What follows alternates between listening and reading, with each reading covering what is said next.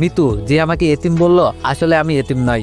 এই শহরে একজন নামকরা ধনীর ছেলে আমি, কিন্তু আজ আমার আব্বু থেকেও নেই।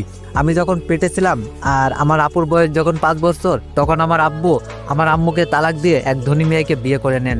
এরপর একদিন আম্মু আমাকে জন্ম দিয়েই চলে যান না ফেরার দেশে।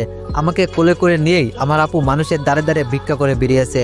আমার বয়স যখন 5 বছর, তখন আমার আপু মানুষের বাসায় কাজ করে এনে আমাকে খাইয়েছেন।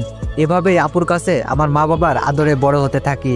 আমি যখন 9-এ উঠলাম, তখন আমার আপু মানুষের বাসায় কাজ করা ছেড়ে দিয়ে গার্মেন্টসে চাকরি নিল, কেননা আমার আপু ছিল অনেক সুন্দরী। বাসায় কাজ করতে গেলে অনেকে খারাপ নজর দিত।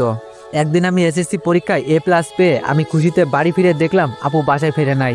আপুর কাছে শুধু একটা ভাঙা বাটন ফোন রয়েছে। আমি পাশের বাসায় গিয়ে একটা ফোন চেয়ে আপুকে ফোন দিতেই এক ছেলে মানুষ ফোন ধরে হ্যালো বলল। আমি বললাম, আপনি কে? আমার আপুকে ফোন দিন। ছেলেটি বলল, তোমার আপু হাসপাতালে, তুমি এই হাসপাতালে চলে আসো। আমি গিয়ে দেখলাম আপু বেডে শুয়ে আছেন। ওর পুরো মাথায় চুলগুলো কেটে ফেলা, সাদা কাপড়ে ব্যান্ডেজ করা। আমি বললাম, আমার আপুর কি হয়েছে?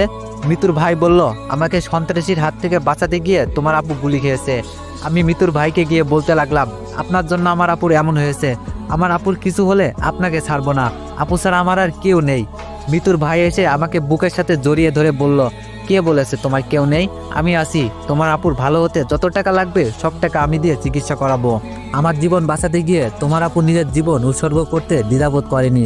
আর আমি এগুলো করতে না পারলে আমাকে আল্লাহ কোনোদিনও ক্ষমা করবে না।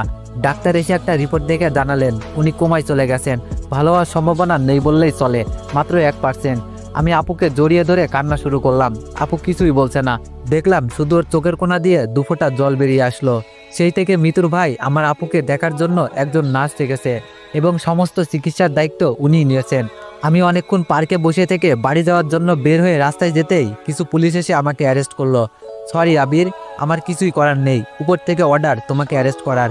মিতুর ভাই বলল, এবার আমার বোন আমাকে নয়, ডাইরেক্ট থানায় এসআইয়ের নিকটে নারী নির্যাতনের কমপ্লেন করেছে। আমাকে ক্ষমা করে দিও, আমি নিরুপায়। তবে তোমার জন্য আমি সাজাটা কমিয়ে দেওয়ার ব্যবস্থা করতে পারি। আমি সব বুঝতে পেরে আমার 2 হাত সামনে বাড়িয়ে দিলাম। মিতুর ভাই আমাকে হ্যান্ডকাপ না পরিয়ে বলল, তার দরকার নেই, তুমি এমনিতেই চলো। আমি জিপে বসে ভাবছি, কতদিন মিতু আমাকে চড় মেরেছে বিনা দোষে বিনা কারণে। কই, আমি তো কারো কাছে কমপ্লেন করে নাই, আর আজও আমার বিরুদ্ধে কমপ্লেন করে আমাকে পুলিশে ধরিয়ে দিল। আমাকে